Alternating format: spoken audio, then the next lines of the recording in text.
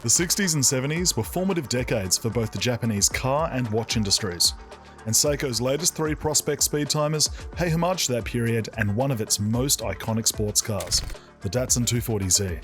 Seiko has a long history of sports timing, including in motorsports. Indeed, Seiko are currently the official timing partner of Australia's very own Supercars Championship.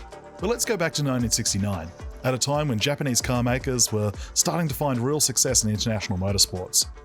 It was in this year that Seiko introduced the Speedtimer, the world's first automatic chronograph with both a vertical clutch and a column wheel.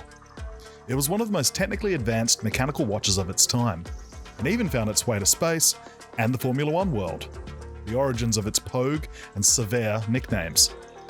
Also in 1969, Nissan introduced its first Z car, the Nissan Fairlady Z, which would be badged as the Datsun 240Z for export markets including the United States and Australia. The 240Z was an absolute game changer. Affordable, stylish, and most importantly, fast. It helped change the perception of Japanese cars in the West. The Datsun was also highly successful in motorsports, especially in the US, but one of its most important victories came in 1971 when a jacked-up 240Z with a big old Seiko logo on the side claimed overall victory in the East African Safari Rally, widely regarded as one of the toughest races in the world. That brings us to today, where Seiko and Datsun have reunited once again for a trio of Prospex Speedtimers, each utilising different Seiko technologies and featuring different eras of Datsun branding. First up, we have the SPB517, the simplest of these three Datsun watches, which, despite being a Speedtimer, isn't actually a chronograph. Instead, it features an eclectic compressor-style countdown bezel, rotated via the crown at 4 o'clock. You can check out Zach's review of the mechanically identical SPB513 for more details on this watch and how it works. This Speedtimer is the smallest as well as the simplest mechanically of the three, measuring up at 39.5mm in diameter and 12mm thick.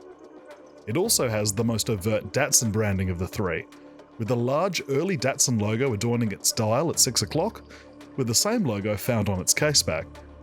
It comes mounted on a perforated rally-style strap, which is totally appropriate for a motorsports watch. It might not be a chrono, but there's something quite charming about the large logo on the dial, like it's a corporate commission or maybe even a racing team watch from the 60s or 70s. Under the hood is the in-house caliber 6R55. This is actually one of Seiko's more prestigious automatic movements, usually found in King Seiko models, and has a 72-hour power reserve. Next up, we have the SRQ057, which is indeed a mechanical chronograph that's powered by the caliber 8R48, which, like the pioneering caliber 6139 in the original Speedtimer from 1969, has a vertical clutch and column wheel. That said, it's a much more modern movement, with a MEMS manufactured escapement, an active running seconds, a higher 4Hz beat rate, and a 45-hour power reserve. Featuring a stealthy all-black colour scheme and PVD-treated case, it has cursive Datsun text at 12 o'clock and a different Datsun logo on the back, modelled after the one featured on the Safari rally car I mentioned earlier. Also, its tachometer scale is optimised for measuring speeds from 50 km an hour to 60 km an hour, just like the original Speedtimer. It's 42mm in diameter and 14.6mm thick, which is slightly on the larger size, but its subtly curved lugs make it wear smaller than those numbers might suggest.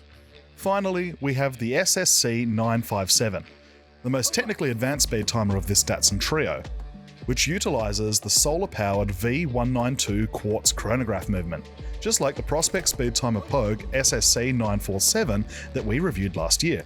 Of course, the other significant watch Seiko released in 1969 was the Quartz Astron, the world's first commercial quartz wristwatch, which totally changed the watch industry. So it's kind of fitting that a watch tributing another two formative Japanese inventions from 1969 would use a quartz movement. Accurate to plus minus 15 seconds a month, the V192 caliber can run for 6 months on a single charge.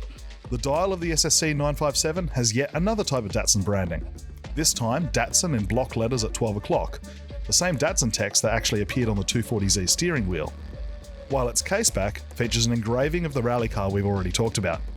It's got an interesting two-tone steel and black PVD case, with the central link of its steel bracelet all blacked out alongside the chrono pushers and crown. As for its case size, it measures 41.4mm in diameter and 13mm thick, so slightly smaller than the mechanical model. All three Datsun editions feature sapphire crystals, not hard Lex, and actually the numerals used on all of their bezels are inspired by the same font used on Datsun 240Z gauge clusters. As you can see, they're all subtly different, but have common design features and all celebrate one legendary car. But here's the dilemma, which one do you pick? Do you go for solar quartz reliability, the feel of a mechanical chrono, or the quirky compressor model? Let me know which is your favourite in the comments. These Seiko Prospex Speedtimer Datsun 240Z models are all limited editions. The Solar SSC 957 is the most affordable and least limited, with 4,000 pieces and a retail price of $1,000 US. The SPB 517 is limited to 2,500 pieces and is $1,150 US, while the mechanical chrono SRQ 057 is the most expensive and most limited at just 500 pieces and $3,200 US. Head to time+tidewatches.com for more information on all three of these Seiko Datsun collabs. And if you're a fan of this video and you haven't already, please like and subscribe. Until next time, don't be a stranger.